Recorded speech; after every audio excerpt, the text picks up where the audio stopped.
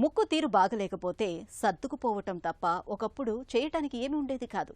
చప్పిడి ముక్కైనా, గద్ద ముక్కు అయినా, వంకర ముక్కు అయినా తమకింతే ప్రాప్తమని సరిపెట్టుకోవాల్సి వచ్చేది. అయితే ఇప్పుడు ఆ అవసరం ఎంత మాత్రమూ లేదు.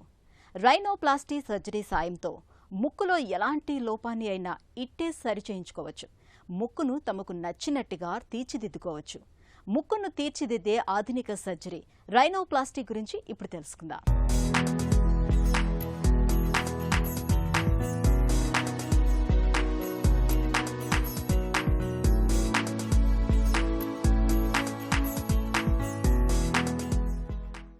కొంతమంది ముక్కును చూడగానే అబ్బా ఏమందం అని అనుకోకుండా ఉండలేం. కోటేరు లాంటి తీరైన ముక్కు ముఖానికి ఇచ్చే అందమే వేరు.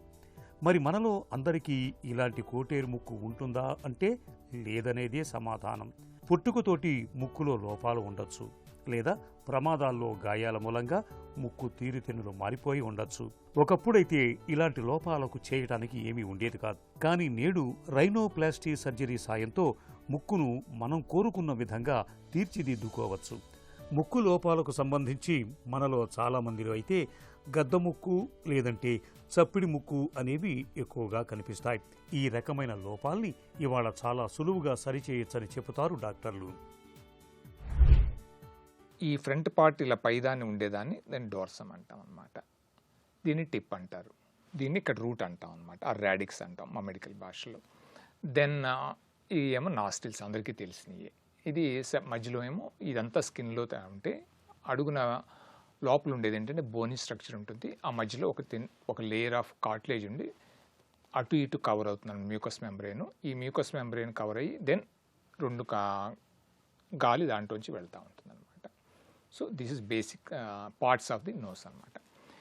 ఈ పార్ట్స్లో చెప్పబోయేది ఏంటంటే డోర్సమ్ యొక్క డిఫార్మిటీస్ ఏంటి, దాని కరెక్షన్స్. ఈ డోర్సమ్ డిఫార్మిటీస్ మెయిన్గా ఏంటంటే టూ టైప్స్లో ఒకటి ఏంటంటే ఎక్కువ ఉంటుంది, రెండో దాంట్లో తక్కువ ఉంటుంది. యూజువల్గా ఎలా వస్తుంది, ఎందుకు వస్తుంది అంటే కనుక ఇది మెయిన్ రీజన్ ఏంటంటే జెనెటికల్గా. సో మనం ఏ అదర్ కాజెస్ అనేది ఆల్మోస్ట్ అన్హర్డ్ అనమాట. అదర్ థింగ్స్ చాలా మైనర్ థింగ్స్ ఏంటంటే దేని దెబ్బ తగిలితే కొంచెం డిఫార్మిటీస్ వచ్చి రావచ్చు. అది చట్టి ముక్కు రావచ్చు, కొంచెం తేడా రావచ్చు, హంపుగా రావచ్చు అనమాట. ఇది కాజెస్. రైనోప్లాస్టీ ముక్కును మనం కోరుకున్నట్టుగా తీర్చిదిద్దే ఈ ప్లాస్టిక్ సర్జరీ నిజానికి మనకు కొత్తదేమీ కాదు. క్రీస్తు పూర్వం 600 సంవత్సరంలోనే మన దగ్గర సుశ్రుత మహర్షి స్వయంగా ముక్కుకు సర్జరీ చేసినట్లు చరిత్ర చెబుతోంది. అప్పటికీ ఇప్పటికీ సర్జరీ చేసే టెక్నిక్స్లో మార్పులు వచ్చాయి, కానీ మూల సూత్రం మాత్రం ఒక్కటే: రిడక్షన్, ఆగ్మెంటేషన్, అలైన్మెంట్. అంటే ఎత్తును తగ్గించటం, అవసరమైతే పెంచటం, ముక్కు తీరుతెన్నులు ఒక అలైన్మెంట్లో సౌష్ఠవంగా ఉండేలా చూడటం ద్వారా ముక్కును తీర్చిదిద్దుతారు. అవసరమైతే కొన్నిసార్లు చెవి నుంచి లేదా ఇతర శరీర భాగాల నుంచి సేకరించిన కార్టిలేజ్ను లేదంటే బయటి నుంచి సింథటిక్ వంటి కృత్రిమ పదార్థాలని సైతం వాడతారు. ఈ గద్దముక్కును చూడండి, ఆపరేషన్ తర్వాత ఎంత అందంగా మారిపోయిందో. ఎత్తును పెంచటం ద్వారా చట్టి ముక్కుకు ఎంత అందం వచ్చిందో చూశారా?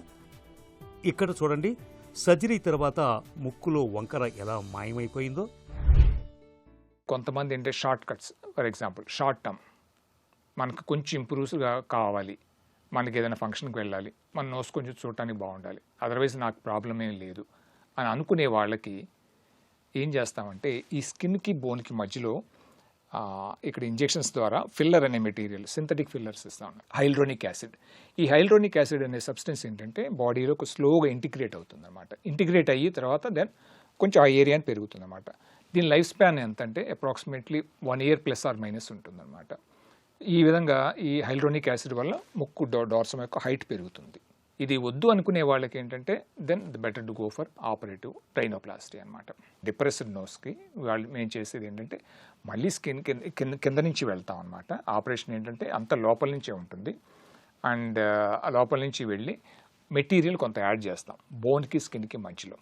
ఏ మెటీరియల్? మన ఓన్ మెటీరియల్ అనమాట. Or synthetic material like silicone అనేది కూడా వాడుకోవచ్చు.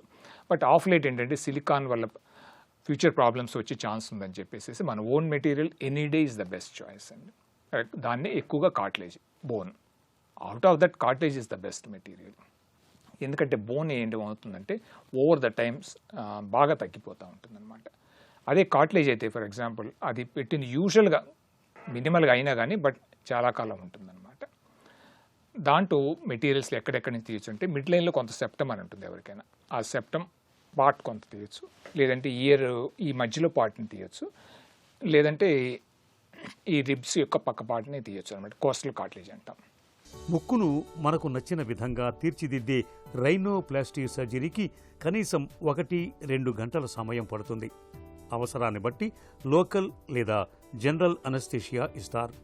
ఆపరేషన్ తర్వాత ముక్కు లోపల బయట డ్రెస్సింగ్ చేస్తారు.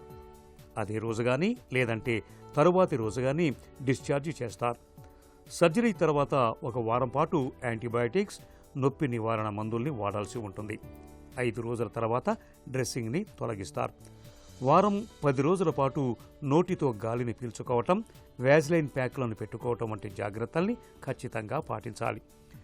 రైనోప్లాస్టీ సర్జరీ చేయించుకున్న తర్వాత మనం ఆశించిన ఫలితం కనిపించటానికి కనీసం 1 నెల రోజులైనా పడుతుంది. ఆపరేషన్ మూలంగా ముక్కుపై మచ్చలు మిగిలిపోతాయని, శ్వాస కష్టమవుతుందని, వాసన గ్రహించే స్థితి తగ్గుతుందని అనుకుంటారు మనలో చాలామంది. నిజానికి అవన్నీ వట్టి అపోహలేనని చెబుతారు డాక్టర్లు. హంప్ నోస్కి అంటే ఈ బాగా పైకి లేచి ఉండే వాళ్ళకి ఏ విధంగా చేస్తాం. వీళ్ళలో ఏంటంటే structural rhinoplasty and preservation rhinoplasty అని 2 రకాలుగా ఉంటాయి. ఈ స్ట్రక్చరల్ రైనోప్లాస్టీ అంటే మెయిన్గా ఏంటంటే ఇప్పటిదాకా ఎక్కువగా వాడేది, ఈవెన్ నవ్ ఆల్సో వాడేది స్ట్రక్చరల్ రైనోప్లాస్టీ అంటాం. దీంట్లో ఆ పై పార్ట్ని ఒక ఫైలింగ్ చేస్తాం అనమాట. ఫర్ ఎగ్జాంపుల్ అప్పర్ పార్ట్లో బోన్ ఉంటుంది, లోయర్ పార్ట్లో కార్టిలేజ్ ఉంటుంది అనమాట, ఆ మిడ్ లైన్ సెప్టమ్ అనేది.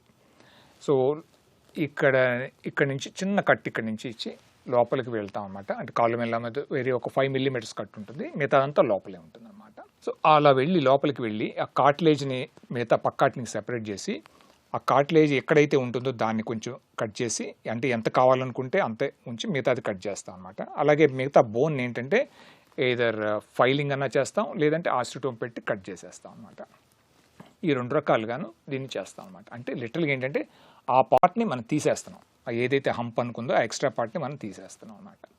తీసేసి మళ్ళీ నార్మల్ చేసుకుంటాం. మిగతా దాంతోపాటుగా అసోసియేటెడ్ ఇంకా మిగతా ప్రాబ్లమ్స్ ఏమైనా ఉంటే, ఫర్ ఎగ్జాంపుల్ టిప్ కరెక్షన్స్ కానీ, సైడ్స్ కరెక్షన్ కానీ, బోన్ కంప్రెస్ చేయడం కానీ చేయాల్సి వస్తుంది. ఇలా తీసినప్పుడు ఏమవుతుందంటే ఆటోమేటిక్గా ఏమవుతుందంటే బోన్స్ కూడా ఇక్కడ కట్ చేసి మళ్ళీ నారో చేయాలి. ఎందుకంటే ఇలా తీసినప్పుడు ఏంటంటే ఓపెన్ బుక్ లాగా ఈ బోన్స్ ఇలా ప్రొజెక్ట్ అయి ఉంటాయి. నార్మల్గా ఇలా బోన్స్ ఇలా ఉండాలి, ఇలాగ ఓపెన్ అయ్యి ఇలా ఉంటాయి. సో దాన్ని మళ్ళీ ఈ బేస్ కింద, ఈ బోన్ బేసిస్ కింద కట్ చేసి మళ్ళీ ఇలా క్లోజ్ చేసి వేస్తాం అనమాట. సో బోన్ కూడా కట్ చేసి నీరు చేస్తాం. ఇది ఒక టైప్ ఆఫ్ ఆస్టియాటమీ, ఇది ఒక టైప్ ఆఫ్ హంప్ కరెక్షన్ అనమాట.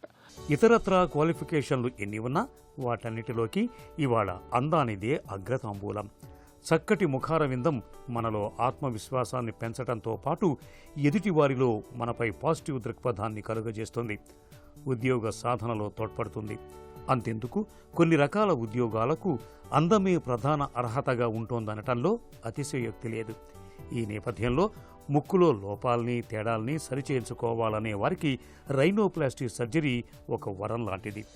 అయితే రైనోప్లాస్టీ చేయించుకుంటే ముక్కు ఆకృతి ఏకమొత్తంగా మారిపోతుందని ఆశించకూడదు. సర్జరీ తర్వాత వచ్చే ఫలితాల గురించి డాక్టర్తో సమగ్రంగా చర్చించి పూర్తిగా సంతృప్తి చెందిన తర్వాత మాత్రమే రైనోప్లాస్టీకి వెళ్లాలా వద్దా అన్నది నిర్ణయించుకోవటం మంచిది.